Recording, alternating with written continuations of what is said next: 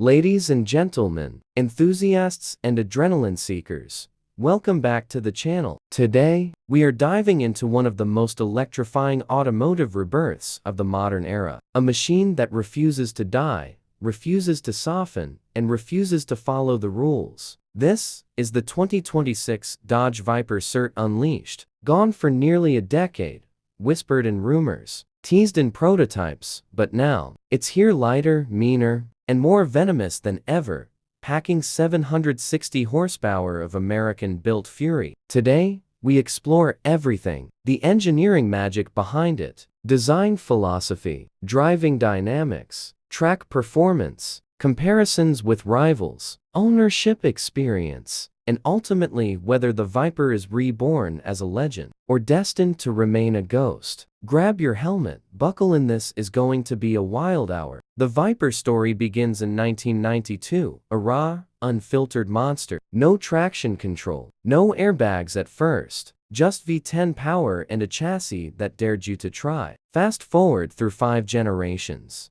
The Viper matured, gained tech, and nearly became civilized, but never lost its fangs. Then 2017 it died. Safety regs, shrinking sales, corporate shifts, the venom faded. But enthusiasts never stopped begging, and Dodge listened. In 2026, through a cocktail of Stellantis funding, SRT heritage, and lessons learned from the Hellcat era, the Viper came back. But this is not a V10 dinosaur revived, it's a new era weapon. The question is, did Dodge modernize the Viper or tame it? Let's find out. Approach the 2026 Viper, and you instantly know what it is. Long hood, short deck, reptilian curves. But look deeper. Active aero seamlessly integrates into the body. The side exhaust returns redesigned for cooling and fire prevention. Carbon fiber weave exposed accents. A front fascia that actually seems alive. The car looks hungry. Inside, Dodge finally grew up. Quality materials, Alcantara and forged carbon, yet still driver-centric. Low windshield, wide sills, race bucket ergonomics. This isn't comfort luxury, it's performance-driven minimalism. Here's the headline: 760 horsepower, 740 pound-feet of torque. But here's the twist: no V10. The new Viper runs a twin-turbo 6.2-liter flat-plane V8, hand-built, dry-sumped, and lighter by over 120 pounds compared to the old V10. Idle burbles. Rev limit climbs shockingly high, 8,200 revolutions per minute. Throttle response, instant. Turbo lag, none thanks to electrically assisted spooling. And yes, it still screams like hell when you bury your foot. This is the first modern Viper engine that both frightens and flatters the driver. The big surprise? You can get this car with the 6-speed manual or a dual-clutch 8-speed. The manual is heavy, deliberate, and demanding, exactly like it should be. The dual-clutch is violent in track mode, but smooth enough for city droning. Rear-wheel drive only. Limited slip diff tuned with torque vectoring. Launch control that practically bends physics. This car doesn't apologize for wanting to kill you, but it does hand you the tools to survive. Carbon tub, aluminum subframes, adaptive dampers, steering is hydraulic electric.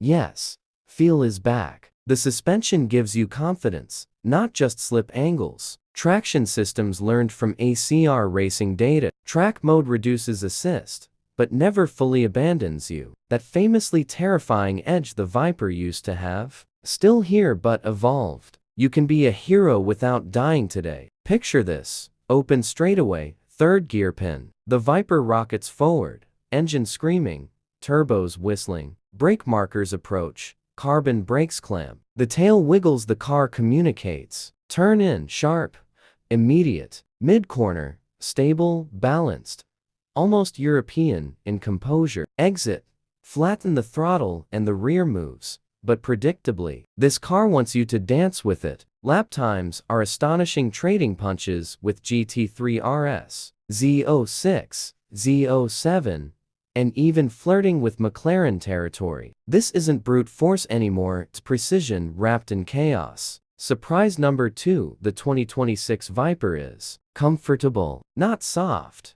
but ride quality tolerable, cabin insulation better, infotainment finally modern, still noisy, still hot inside, sometimes, still not practical but livable. This is the first Viper you could daily if you're the right kind of crazy. So where does it sit? Versus 2026 Corvette ZR1. The Viper is raw, more exotic, less value-driven, but more emotional. Versus Porsche 911 GT3. The Viper is louder, faster on straights, but less refined. Versus Mustang GTD. The Viper feels more analog, more connected, less corporate. The lesson: the Viper is unique. Nothing else feels like it. Base model, $185,000. Track Pack ACR variant, $245,000. Limited Venom editions, well north of $300,000. Expensive? Yes. Worth it for those who crave identity? Absolutely. Viper culture has always been about danger, individuality,